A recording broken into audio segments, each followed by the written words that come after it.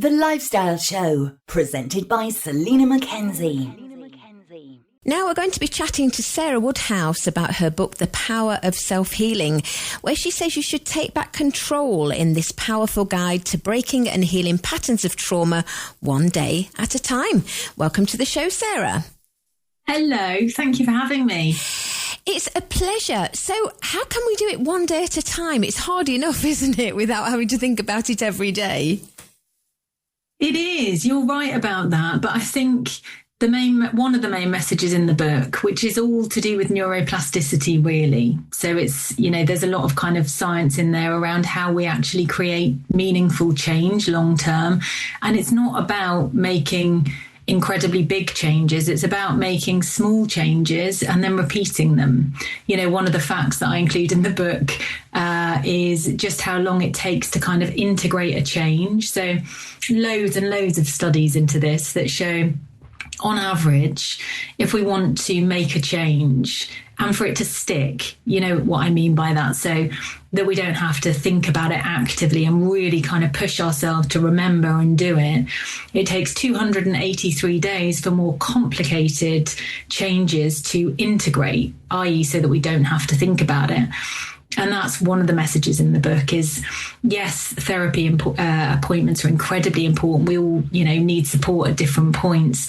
But if we only kind of outsource our healing and expect a therapist or a psychologist to do the whole thing for us, it's never going to stick. So the message in the book is, yes, go to therapy, yes, get support, but also use the time between therapy sessions because you have a lot more power than you think. Yeah, work on yourself, I guess. Exactly.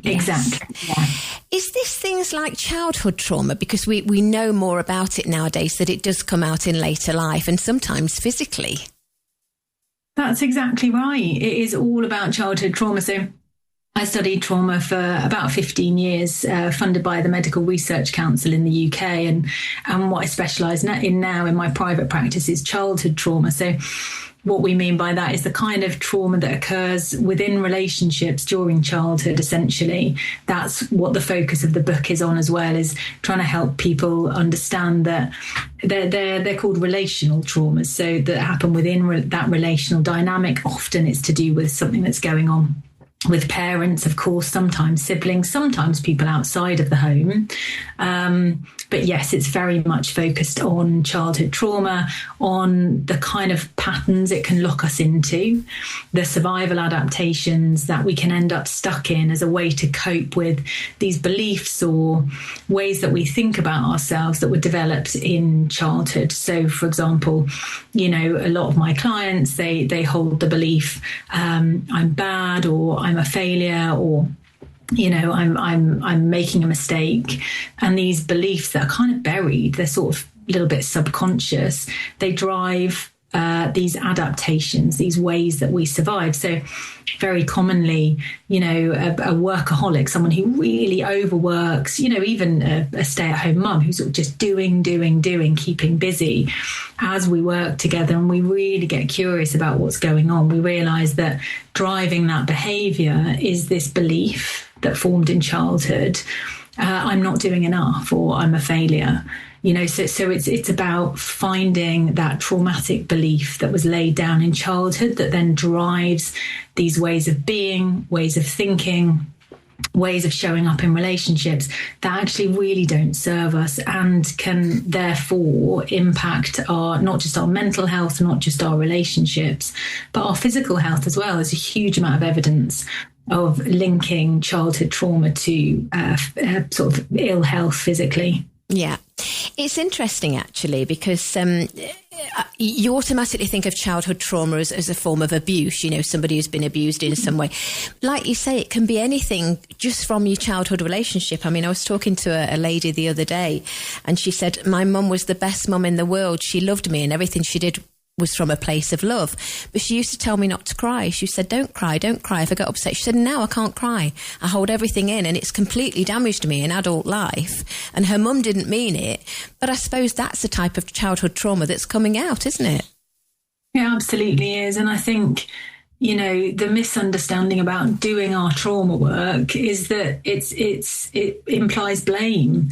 I've got 3 glorious children, and I've no doubt that along the way they will experience trauma because they're human. Everyone experiences it. What trauma is it's a moment in which we feel unsafe, out of control, and move into overwhelm. And of course, in childhood, those moments are really, really common. Now, those moments, because we don't feel safe and because we feel a little bit out of control, they push us into the survival response. So we move into fight, flight, freeze, fawn, collapse. What we hope is that slowly, because we feel safer, we come out of that response. So we kind of come down, we feel safe again.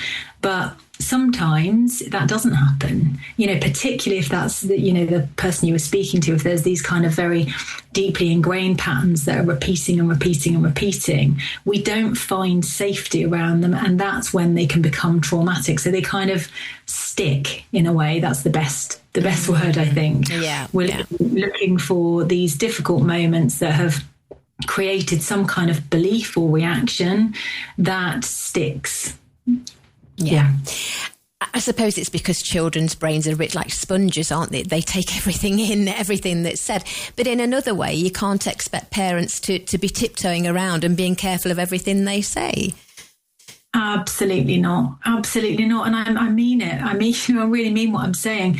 We need to stop being so scared of trauma. It's everyone's got it. Everyone experiences those moments. It's part of being human. It's not maladaptive. It's not this big scary thing we used to think that it was. Decades ago, we'd only use the word to describe veterans or, these very extreme experiences that people went through. Now we know it's a much more subtle reaction, but the word still scares a lot of people. And it used to scare me. I as a parent, I was terrified of it, and now, of course, not. Now I work in the field and I understand actually what it means that all of us experience that traumatic reaction at different points. It's something that all children will have to a greater or lesser extent. And so almost becoming comfortable with it and learning actually the very simple things that we can do as parents to, if we do notice, it does look like my child is moving into some kind of survival response, into fight, flight, freeze, into trauma. The simple things actually that parents can do to help them feel safe. That's what it's all about. Yeah. So what are the tools we can use? How can we do this every day then? Well, there's lots of different ways that we can do it. Do you mean in relation to parenting, sort of helping kiddies, or do you mean? I'm just thinking if the book's a guidebook and you say take action every day, do you have some examples of what people can do? Yeah, so the book is designed to help people build the things that childhood trauma limits within us. So one of the things that childhood trauma does, it can lock us into nervous system dysregulation. So we can end up feeling really very anxious and stressed often as adults. That's one of the things. We can also end up feeling very unpresent. So we're really kind of distracted or in our heads where we're prone to kind of overthinking. Often there is kind of self-blame or, that phrase, that inner critics. It can be very, very strong if we've got this unresolved childhood trauma. And often also we feel out of control. So we'll move into patterns of control as a way to help. So everything in the book is designed to help people combat those 4 things, really. So, for example, with that first one I mentioned, childhood trauma kind of locks us into this state of anxiety and stress. We get stressed very quickly. We're prone to anxiety. There are actually really simple things that we can do on a daily basis to help our body. Really what we need to do is signal safety to our nervous system. So we're in hypervigilant mode. We're scanning for threats all the time, thinking of future problems. What if? That's what creates the anxiety and the tension. So we kind of need to mitigate against that. Very, very simple way to do that is through the body. So as we go into fight flight, the body braces. That feeling when you're anxious, where you get really, Well, very simply, you can work against that by relaxing, so it's finding these very simple ways to move almost out of brace position. So we want to stop, find simple ways to move out of that contraction and tension. So that's why breath work has become such a big, we can use the breath, we can use these beautiful polyvagal breathing techniques where we ensure that we're extending the exhale. So we maybe breathe in for the count of 3, out for the count of 6. And as we extend that exhale, we switch on the parasympathetic, which pulls in all that beautiful rest and digest hormones. And we signal safety to the body, and we just bring that anxiety down a little bit. Any movement as well can be incredibly helpful to signal safety, but that's the phrase really for that first capacity. So as I say, there are 4 capacities that the book helps people integrate and kind of heal. But that first one is all about signaling safety to the nervous system.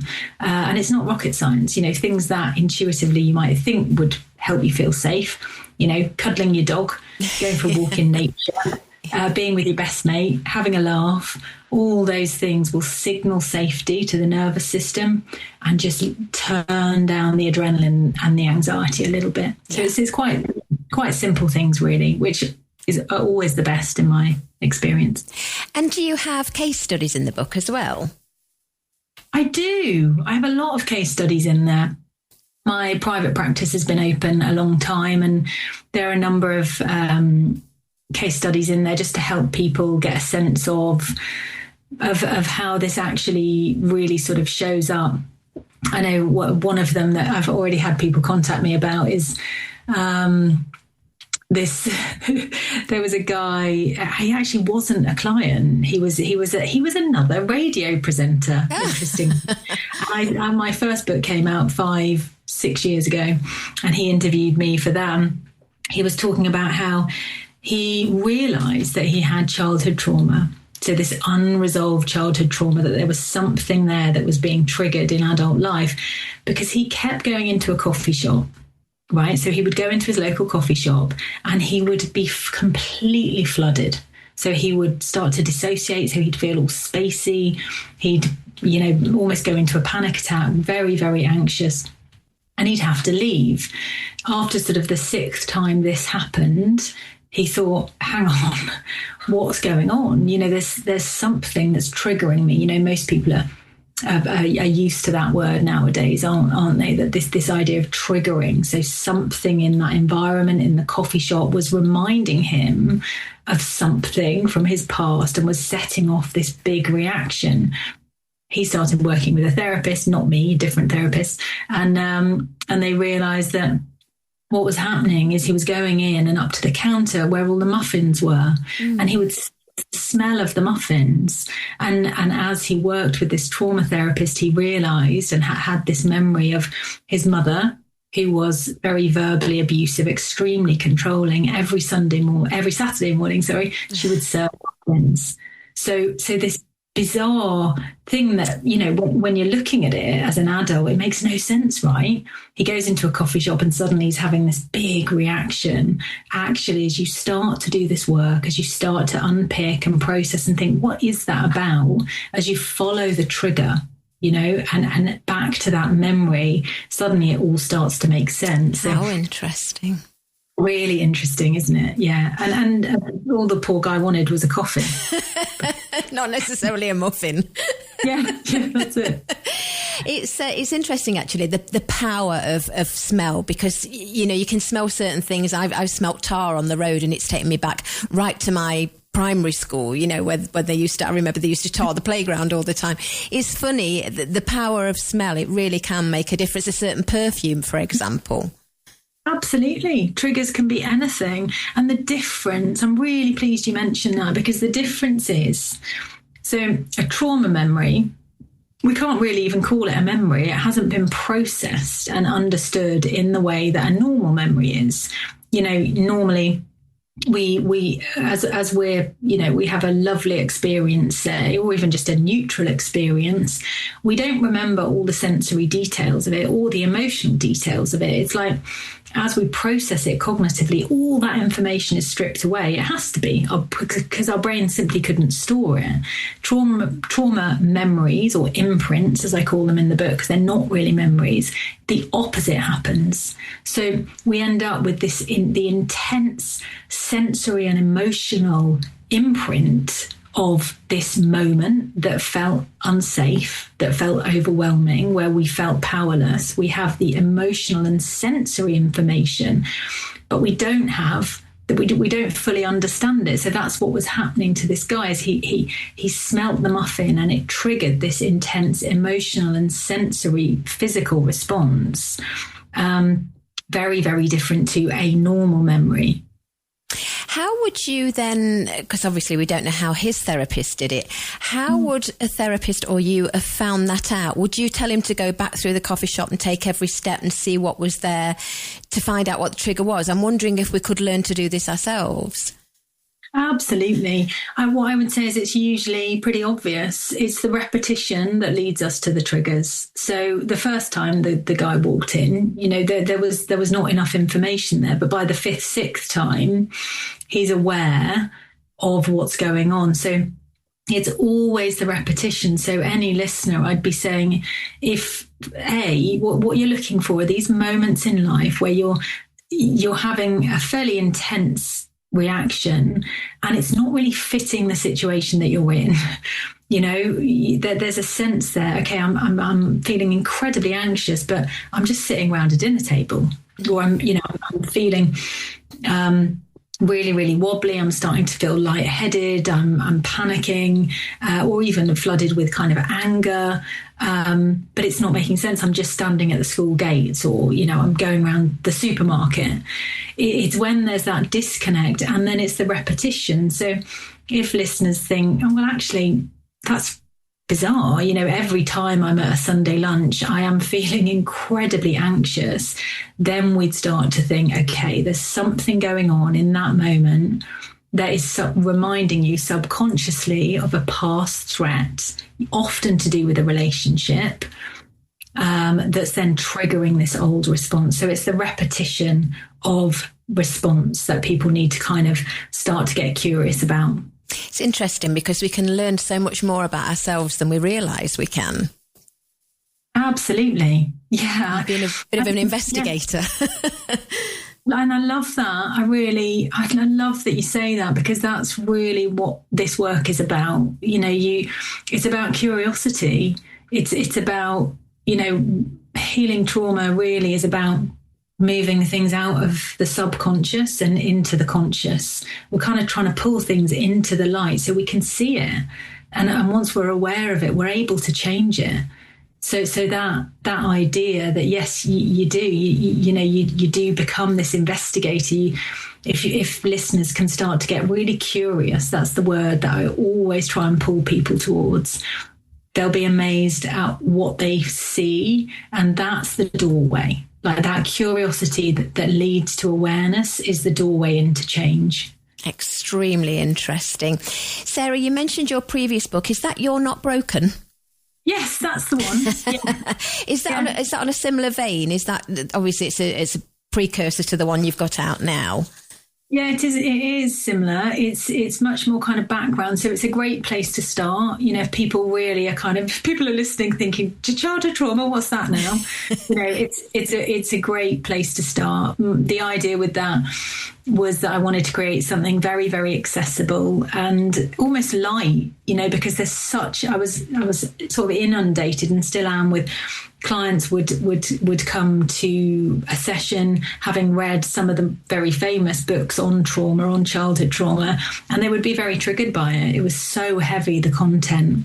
So with You're Not Broken, what I wanted to do was create something more accessible that really helped people understand that it's very, very possible to heal. We don't need to be scared. So my hope, and the feedback I've had about the book, is that yes, it's helpful, it's informative, it really does teach you what trauma is. It's also just, that start to finish, all about hope. it's really, that's the primary message with You're Not Broken, is it's all going to be okay. Yeah, and it's probably quite common. We realise now that, you're not broken, you're not unusual. We're all human and we all have our own issues. Exactly. That's exactly right. Yeah. Well, the latest book, which we're chatting about now, we're selling on our website, TRE.radio, for our listeners. It's called The Power of Self-Healing, Take Action Over Your Trauma, and it's by Sarah Woodhouse, who we're speaking to now. Do you have a website as well, Sarah, if people want to find out more? I do, yeah. It's just sarahwoodhouse.com. So there's lots of free resources there as well, and information about my approach. And so head over there if anyone's curious. Great stuff. It's been very enlightening. Please let me know when you have another book out. Oh, I will do. And thank you so much for inviting me on. My pleasure. Take care. Bye-bye. Take care. Bye. Bye.